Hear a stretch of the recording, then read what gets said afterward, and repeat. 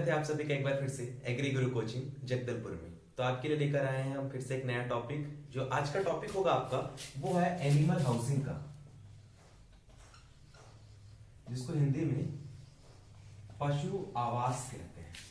ठीक है, जैसे इंसानों को सुरक्षित रहने के लिए या फिर आपके जो बाहरी कारक से बचने के लिए एक आवास की जरूरत होती है, वैसे ही क्या है आपके पशुओं के लिए भी सुरक्षित जो स्थान है ना, वो सुरक्षित स्थान क्या कहलाता है आपका? पशु आवास। ठीक है, तो पशु आवास में क्या रहता है? अगर एक पशु आवास की डेफिनेशन या बोल सकते हैं कि आप डिस्क्रिप्शन बताना चाहें तो क्या होता है कि पशु आवास वह स्थान होता है जिसमें कोई भी पशु सुरक्षित तौर पर बाहरी कारकों के बिना प्रभाव से रह सकता है। ठीक है, ये क्या है? पशु आवास है। अब पशु आवास में भी ना दो चीजें होती हैं। ठीक है, क्या होती हैं? दो चीजें रहती है, मतलब दो टाइप के सिस्टम रहते हैं आपके एनिमल हाउसिंग के। दो सिस्टम है। पहला है आपका लूज सिस्टम, जिसको क्या बोला जाता है? इसका एक और नाम भी है open system, open housing system बोला जाता है इसको। ठीक है, और दूसरा है आपका कवर, या इसी को बोला जाता है क्लोज हाउसिंग सिस्टम। क्या है आपका? एक आपका है लूज या फिर ओपन हाउसिंग सिस्टम, एक आपका है कवर्ड या क्लोज हाउसिंग सिस्टम। अब नाम से ही समझ आ रहा है, एक क्या है आपका ओपन है और एक क्या है आपका क्लोज है। अच्छा, कवर्ड या क्लोज हाउसिंग सिस्टम को ना एक और नाम से भी जाना जाता है कन्वेंशनल हाउसिंग सिस्टम। क्या बोला जाता है? कन्वेंशनल हाउसिंग सिस्टम, परंपरागत पशु आवास प्रबंध। अब ठीक है, देखते हैं कि दोनों चीजें होती क्या है। यहाँ लूज सिस्टम या ओपन हाउसिंग सिस्टम जो रहता है ना, इसमें जो स्थान रहता है वो खुला रहता है, एकदम कोई कवर नहीं, कोई दीवार नहीं रहती है। ठीक है, ज्यादा से ज्यादा हो तो ऊपर से अपन क्या कर देते हैं, जो तिरपाल रहता है ना उसको बिछा देते हैं, चार डंडे रहते हैं। तो ये क्या रहता है? एकदम लूज सिस्टम रहता है। और ये कहाँ किया जाता है? आपको पेपर में ये पूछा जाता है, तो याद रखेंगे ओपन हाउसिंग सिस्टम या लूज हाउसिंग सिस्टम ऐसे स्थानों पर किया जाता है जहां पशुओं की संख्या बहुत ज्यादा, क्या है? पशुओं की संख्या बहुत ज्यादा हो तथा स्थान की संख्या भी भयंकर। ठीक है, भयंकर मतलब बहुत ज्यादा, मतलब आपका क्या चीजें हैं इसमें? स्थान भी ज्यादा है, ठीक है, और पशु की संख्या भी ज्यादा है। ये दोनों चीजें अगर ज्यादा होती हैं तो हम क्या करते हैं? ओपन हाउसिंग सिस्टम या लूज हाउसिंग सिस्टम करते हैं। अच्छा, ये एक और चीज भी रहता है, ये एक अनसाइंटिफिक मेथड है। ठीक है, हाउसिंग सिस्टम की एक अनसाइंटिफिक मेथड है, वैज्ञानिक विधि नहीं है। क्योंकि देखिए खुला में है, पशुओं की कोई देखरेख नहीं, क्या है सीधा एक तरीके से पशुओं को भेड़ बकरी जैसे बोलते हैं ना, भेड़ बकरी की चार, मतलब रख दिए, बस रखना है। ठीक है, कोई ध्यान। अब देखिए आपकी दीवार नहीं बनी है, कवर्ड नहीं है, तो ऑब्वियस सी बात है बारिश गिरा तो पशुओं को दिक्कत होगी, तेज धूप आई तो पशुओं को दिक्कत होगी, अगर जाड़े पड़े तो पशुओं को दिक्कत होगी। तो ये कैसे स्थानों पर किया जाता है? तो ये जनरली ना गांव साइड पे आप देखेंगे, गांव साइड पे ये चीज बहुत ज्यादा की जाती है, जहां दो पशु रहते हैं और भयंकर बड़ा बाड़ा रहता है। ठीक है, या फिर 10-20 पशुओं को क्या करते हैं, खुले में जो रहते हैं ना, अपना ओपन फील्ड रहता है वहां पे छोड़ दिया जाता है। तो ये क्या कहलाता है? आपका खुला बाड़ा। अच्छा, खुले बाड़े से संबंधित कुछ चीजें भी रहती है कि इसमें जो स्थान की आवश्यकता होती है ना, वो कितनी होती है? याद रखेंगे पेपर में ये चीज पूछा जाता है, 100 वर्ग फीट। ठीक है, क्या है? 100 वर्ग फीट प्रत्येक पशु के हिसाब से यहाँ पे स्थान रहता है, और 1 वर्ग फीट स्थान पशुओं को खाना देने के लिए दिया जाता है। मतलब प्रत्येक पशु के बीच में जो रहता है 1 वर्ग फीट का स्थान रहता है। और इसका प्रॉपर जो है ओपन हाउसिंग सिस्टम में जो स्थान की आवश्यकता आपको पूछी जाती है कि ओपन हाउसिंग सिस्टम में प्रति पशु के स्थान की आवश्यकता कितनी होती है? तो कितनी होती है? 100 वर्ग फीट। ओपन हाउसिंग सिस्टम क्यों किया जाता है? जब स्थान बहुत ज्यादा हो, पशु की संख्या बहुत कम हो, सॉरी पशु की संख्या कम भी बोल सकते हैं, ज्यादा ही बोल सकते हैं, बस इतना है कि जगह बहुत है अपने पास। अब अगर आप 2 पशु रख रहे हैं तो उसके लिए आपके स्थान आप पे निर्भर करती है। इसके बाद ये एक अवैज्ञानिक विधि है, जो तीसरा सबसे इंपॉर्टेंट पॉइंट है। इसके बाद और क्या पॉइंट्स है? ये पशु सामान्यतः ऐसे स्थानों पर किया जाता है जहां पे पैसे की जो रहते हैं ना, जो व्यवस्था मैनेजमेंट के लिए ज्यादा पैसा नहीं लगता। क्योंकि देखिए आप दीवार नहीं बना रहे हैं, आप पक्के मकान नहीं बना रहे, तो पैसा आपका खर्च ही क्या होना है? ज्यादा से ज्यादा एक प्लास्टिक का शीट रहेगा, वहां पे आपने पशु को रखा, बात खत्म।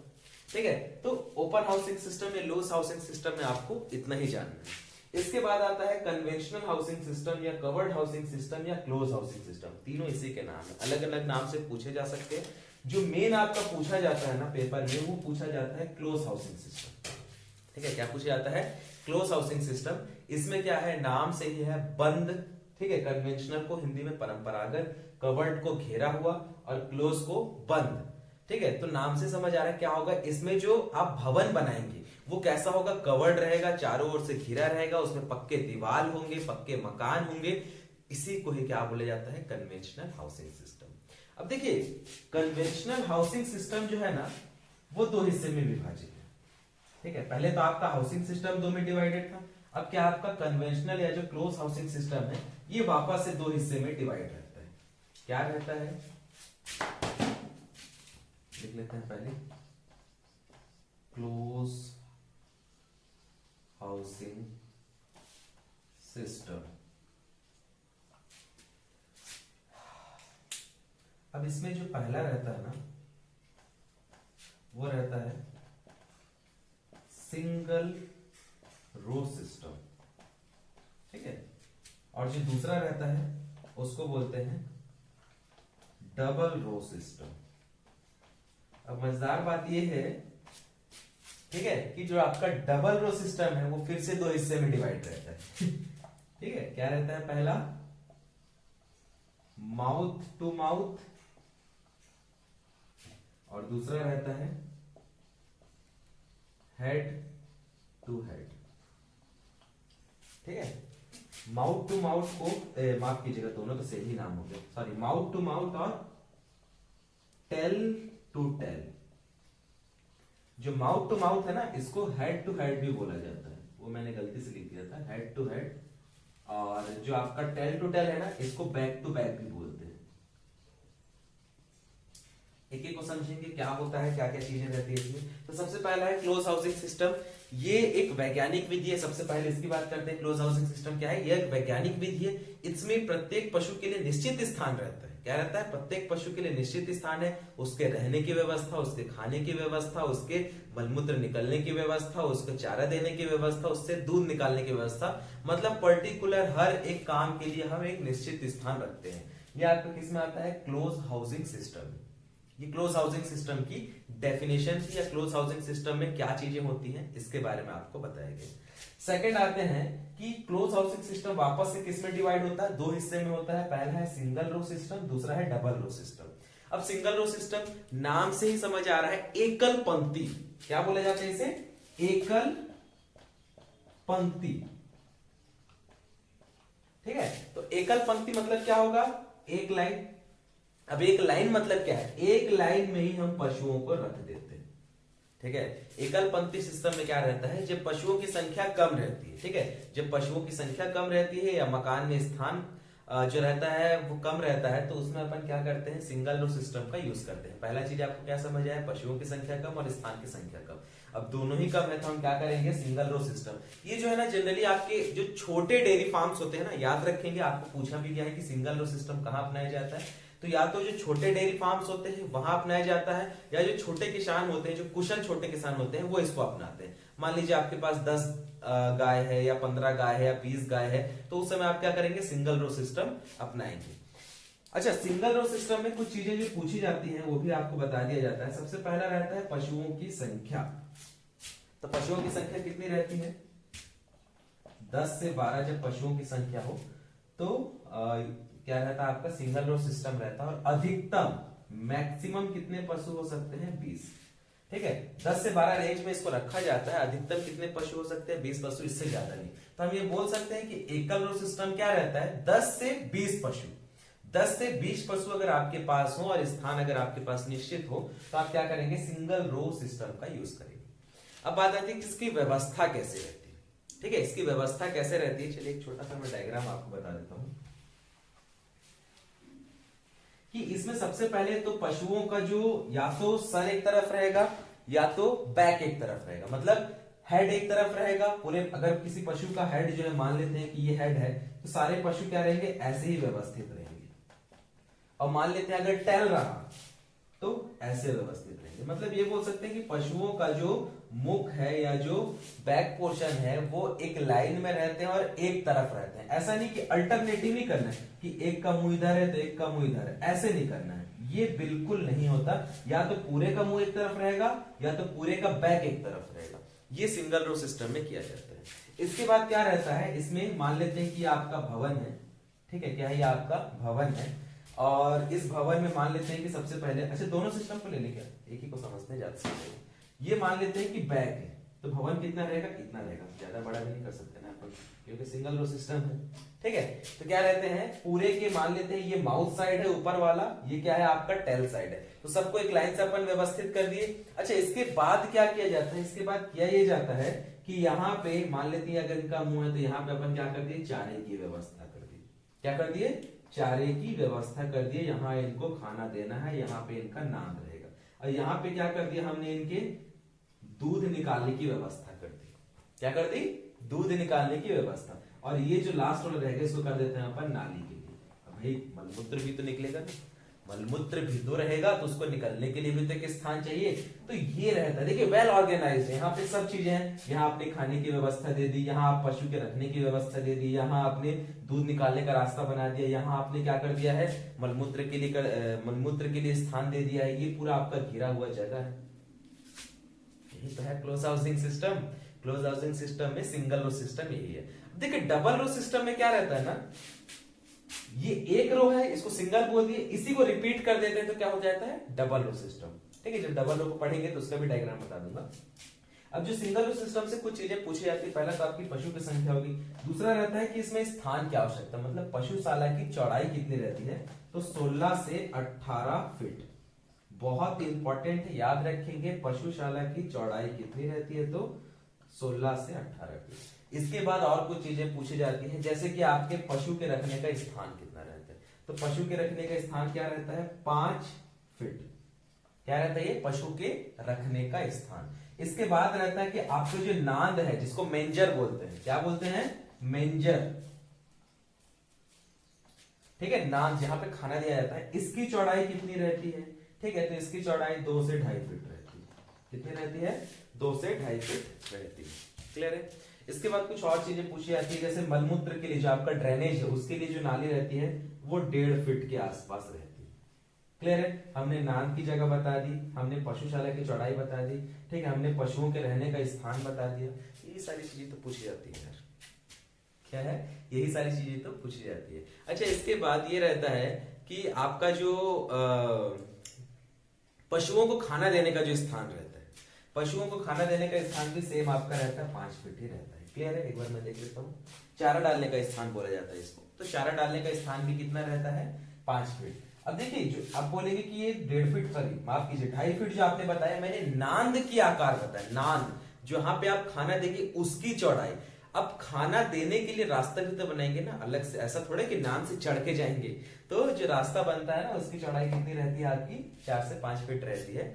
और इसके बाद फिर आपके दूध दूहने का जो रास्ता रहता है, ठीक है, दूध दूहने का रास्ता भी कितना रहता है, 4 से 5 फीट।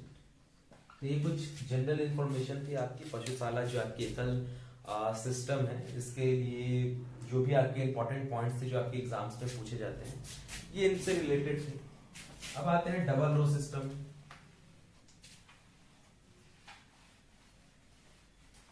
तो देखिए डबल रो सिस्टम नाम से समझ आ रहा है, 2 पंक्ति क्या रहती है, 2 पंक्ति रहती है।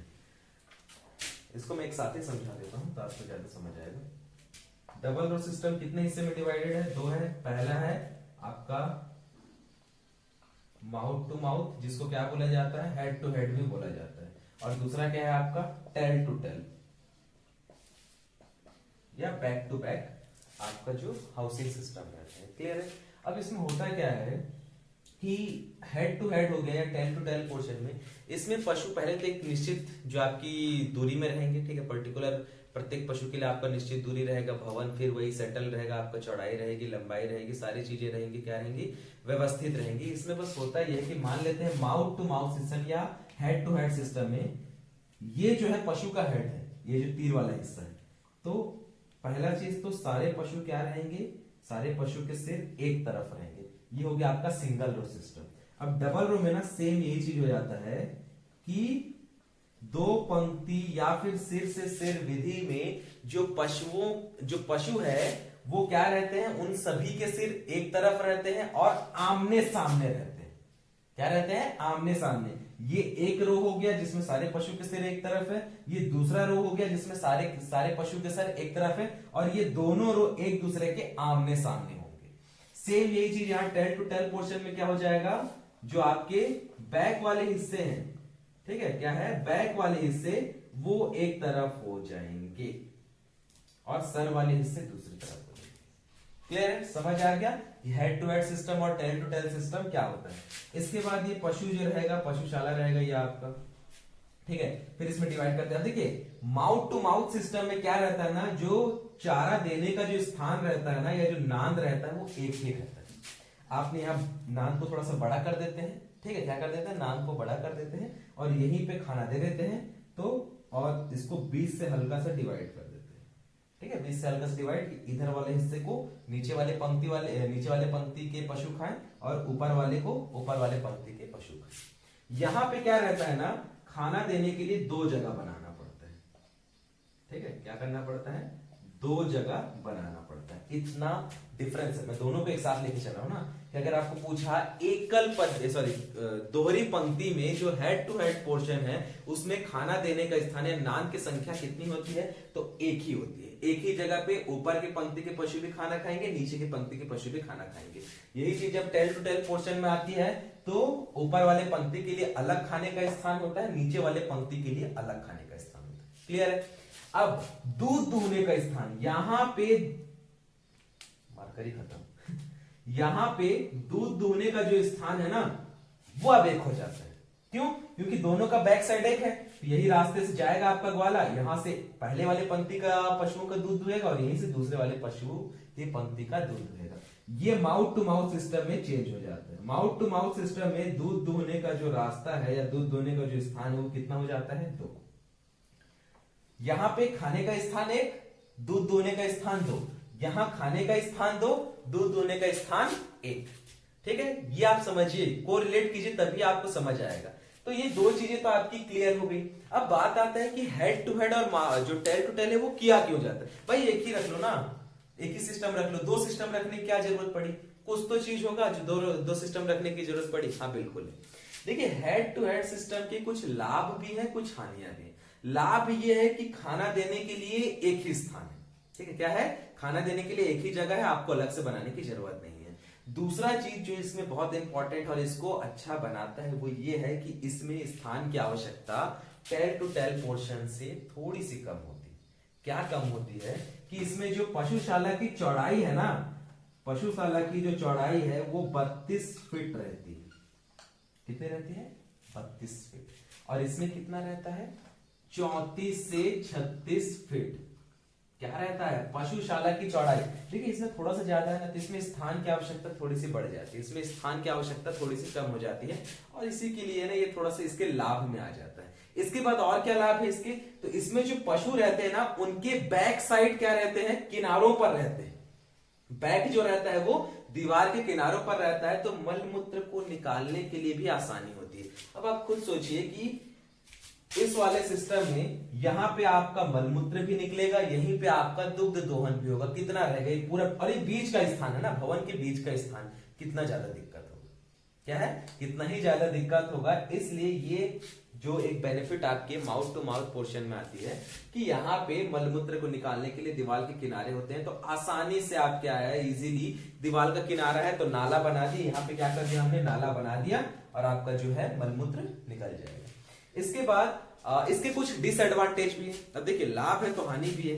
हानि ये है कि इसमें पशुओं के सिंग एक तरफ रहते हैं, तो भाई अगर किसी पशु का सिंग बड़ा है तो लड़ाई में क्या कर देते हैं, मान लेते हैं कि ये हेड पोर्शन है, ये टेल पोर्शन है, ठीक है, ये हेड पोर्शन है, ये टेल पोर्शन। अब दोनों माउथ टू माउथ सिस्टम ऐसे रहते हैं ना, देखिए इसको अच्छे समझिएगा, माउथ टू माउथ पोर्शन या हेड टू हेड पोर्शन में ऐसे रहते हैं, दोनों सिंग आपस में टकराए और सिंग क्या होते हैं, नुकीले, भाई घुस जाएगा, चोट लग जाएगी। तो इसमें क्या रहता है, पशुओं के चोट लगने की संभावना ज्यादा रहती है। इसमें क्या रहता है, बैक पोर्शन रहता है ये दोनों। अब इसमें क्या ही मारेंगे, लात भी नहीं मार सकते क्योंकि बीच में क्या है, आपका रास्ता है, तो ये थोड़ा सा दिक्कत हो जाता है। इसके क्या लाभ है, एक और हानि क्या है कि इसमें दोनों पशुओं के मुंह आमने सामने रहते हैं, जिससे कि मुंह से मुंह वाली जो बीमारी रहती है वो बहुत जल्दी स्प्रेड हो जाती है, माउथ टू माउथ डिजीज जो रहता है, ठीक है, ये बहुत बड़ा डिसएडवांटेज है और इसी वजह से ना ये माउथ टू माउथ सिस्टम जो है ना वो टेल टू टेल सिस्टम से थोड़ा सा कमजोर माना जाता है, या टेल टू टेल सिस्टम जो है वो थोड़ा सा अच्छा माना जाता है माउथ टू माउथ सिस्टम से। क्यों? क्योंकि इसमें दोनों पशुओं के मुंह एक तरफ रहते हैं तो एक तो चोट लगने की संभावना रहती है, दूसरा मुंह जनित जो माउथ डिजीज है ना वो एक दूसरे में बहुत जल्दी स्प्रेड होते हैं। और इसके स्प्रेड होने का एक और रीजन भी है, क्योंकि यहाँ खाना देने के लिए क्या है, एक ही तो बनाया गया है ना, एक ही बनाया गया है। तो मान लेते हैं कि कोई चीज खाया और वो जो भी बीमारी है वो फैल गया तो तकलीफ तो है। अब बात करते हैं टेल टू टेल सिस्टम की। तो सबसे पहला चीज जो है इसमें स्थान की आवश्यकता थोड़ी सी ज्यादा होती है। ठीक है, जो चौड़ाई रहती है आपके भवन की कितने रहते हैं, 34 से 36 फीट। इसमें जो रहता है खाना देने के लिए 2 अलग अलग स्थान रहते हैं और दूध दोहने के लिए जो नाला रहता है वो एक रहता है। क्लियर है, यहां तक समझ आ गया। इसके बाद जो इसके लाभ जो है, लाभ ये है कि इसमें पशु जनित रोग जो रहते हैं ना वो उसके फैलने की संभावना बहुत कम है, क्योंकि भाई बॉडी का जो माउथ वाला पोर्शन है, सांस तो वहीं से लेगा, खाना तो वहीं से खाएगा ना, तो फैलने की संभावना क्या रहती है, बहुत ज्यादा कम रहती है। इसके बाद इसमें पशुओं की चोट लगने की संभावना भी क्या रहती है, बहुत कम रहती है। ठीक है, ऑब्वियस सी बात है, दोनों का सर अलग अलग तरफ है तो कहां ही चोट खाएगा। इसके बाद जो इसका सबसे बड़ा बेनिफिट है ये रहता है कि ग्वालों को दूध दोहन करने में समय भी कम लगता है और असुविधा भी कम होती है। यहाँ क्या है, एक बार यहां से दूध दोहन करेगा, फिर घूम के आएगा, यहां से दूध दोहन करेगा। यहाँ ऐसा कुछ नहीं, इसको दुआ, फिर इसको दुएगा, फिर इसको दुएगा, ऐसे परपेंडिकुलर, जैसे आपको चाहे जिगजैग में भी कर सकता है, या फिर पहले एक पूरे लाइन को दू लिया, फिर यहां से आए दूसरे लाइन को दू लिया, तो परेशानी जो रहती है ना थोड़ी सी कम होती है। और मान लेंगे कि ये आपका मशीनी है, मशीन वाले फार्म में अगर इसको यूज करेंगे तब तो और अच्छा है, तब तो ये और अच्छा है कि एक ही यूनिट लगा दो, एक इस तरफ के लिए, एक इस तरफ के लिए। यहां पे आपको 2 यूनिट लगाना पड़ेगा, एक यूनिट में यहां दुग्ध दोहन होगा, एक यूनिट में यहां दुग्ध दोहन होगा, तो दिक्कत तो है, इसमें ये बेनिफिट है ना। अब इसके कुछ हानियां भी हैं। हानि ये है कि इसमें सफाई के लिए बहुत ज्यादा दिक्कत होती है। अब देखिए एक ही जगह पे आपका पूरा मलमूत्र है, वो भी क्या है, आपके जो भवन है उसके बीचों बीच का जगह है, तो सफाई के लिए बड़ा दिक्कत होता है। तो इसमें जो आपके गंदगी से संबंधित बीमारी है वो फैल सकते हैं, गंदगी से संबंधित बीमारी के फैलने की जो चांसेस बोलते हैं ना वो थोड़ी सी ज्यादा हो सकती है। इसके बाद जो रहता है इसके और क्या हानियां हैं, हानियां ये है कि इसमें स्थान की आवश्यकता थोड़ी सी ज्यादा होती है। ठीक है, स्थान की आवश्यकता ज्यादा होगी ना भाई, देखिए यहाँ पे चौड़ाई मैंने पहले बता दिया 34 से 36 फीट होती है। तो ये कुछ सिंगल रो से डबल रो सिस्टम में जो माउथ टू माउथ या हेड टू हेड सिस्टम है या टेल टू टेल सिस्टम है, ये इसके डिस्क्रिप्शन थे। अच्छा, इसके बाद इसकी भी कुछ व्यवस्थाएं होती है, कुछ दूरियां रहती है। तो सबसे पहला चीज जो इसके भवन की चौड़ाई है, दोनों में क्या रहती है, एक में 32 फीट रहती है, एक में 34 से 36 फीट रहती है। इसके बाद भवन की लंबाई, दोनों में भवन की लंबाई सेम रहती है। ठीक है, बाकी सारी चीजें लगभग सब में सेम रहती है। भवन की लंबाई कितनी होगी, 102 फीट रहती है दोनों में। दोनों में पशुओं के रखने का स्थान क्या रहता है, 5 फीट रहता है। ठीक है, दोनों में नाले की चौड़ाई कितनी रहती है, सॉरी यहाँ पे थोड़ा सा चेंज हो जाता है। ठीक है, यहाँ पे क्या हो जाता है, थोड़ा सा आपका चेंज हो जाता है कि माउथ टू माउथ सिस्टम में नाले की चौड़ाई जो रहती है ना वो कम रखी जाती है, 1.25 रखी जाती है। क्यों? क्योंकि किनारों पर रहते हैं। यहाँ पे क्या है, एक ही नाला है, इसलिए चौड़ाई को क्या रखा जाता है, 1.5 फीट थोड़ा सा बढ़ा दिया जाता है। क्या क्या रहता है, थोड़ा सा बढ़ा दिया जाता है। नांद की चौड़ाई दोनों में सेम रखेंगे, कितना रखेंगे, 2.5 फीट। ठीक है, कितना रखा जाता है, 2 से 2.5 फीट रखा जाता है। इसके बाद जो दूध दुहने का स्थान है, दूध दुहने का स्थान इसमें कम रहता है, कितना रहता है, 4 से 4.5। क्यों? क्योंकि एक ही है। यहां पे थोड़ा सा बढ़ जाता है, यहां पे कितना हो जाता है, 4.5 से 5 फीट हो जाता है। ठीक है, तो ये कुछ जो क्वेश्चंस थे आपके एग्जामिनेशन में पूछे जाते हैं। जनरली आपका क्या पूछा जाता है पता है, एक तो चौड़ाई पूछ देगा, लंबाई पूछ देगा, या क्षेत्रफल पूछा जाता है। तो अगर क्षेत्रफल पूछा तो इजी है, अगर इसका पूछा जा रहा है तो आप 34 इंटू 102 कर दो, लंबाई इंटू चौड़ाई होता है ना। और अगर इसका पूछा जा रहा है तो आप कहां बना दिया, यही बना देता हूं, 32 इंटू 102 कर दो। ठीक है, तो आपके इसका क्षेत्रफल निकल जाएगा और आपके इसका क्षेत्रफल निकल जाएगा। फिर भी मैं आपको बता देता हूं, इसका क्षेत्रफल होता है 3264 और जो इसका क्षेत्रफल होता है ना वो आपका होता है 3570 वर्ग फीट। देखिए यहीं पे कितना डिफरेंस हो गया, 3264 और 3570 वर्ग फीट में। तो ये आपका था हाउसिंग सिस्टम। इसके नेक्स्ट क्लास में हम हाउसिंग सिस्टम से रिलेटेड कुछ इंपॉर्टेंट क्वेश्चंस जो आपको पूछे जाते हैं या कुछ इंपॉर्टेंट पॉइंट है, जैसे कुशल श्रमिक की संख्या कितनी होती है, या फिर आपका बैल को रखने का स्थान क्या रहता है, या सांड को रखने का स्थान, या बछड़े को रखने का स्थान, ये सारी चीजों के बारे में हम नेक्स्ट क्लास में डिस्कशन करेंगे। आज की क्लास यहीं तक रहेगी। अगर कोई भी दिक्कत होती है आपको या कोई भी समस्या होती है तो आप अपना सवाल पूछ सकते हैं। Thank you so much.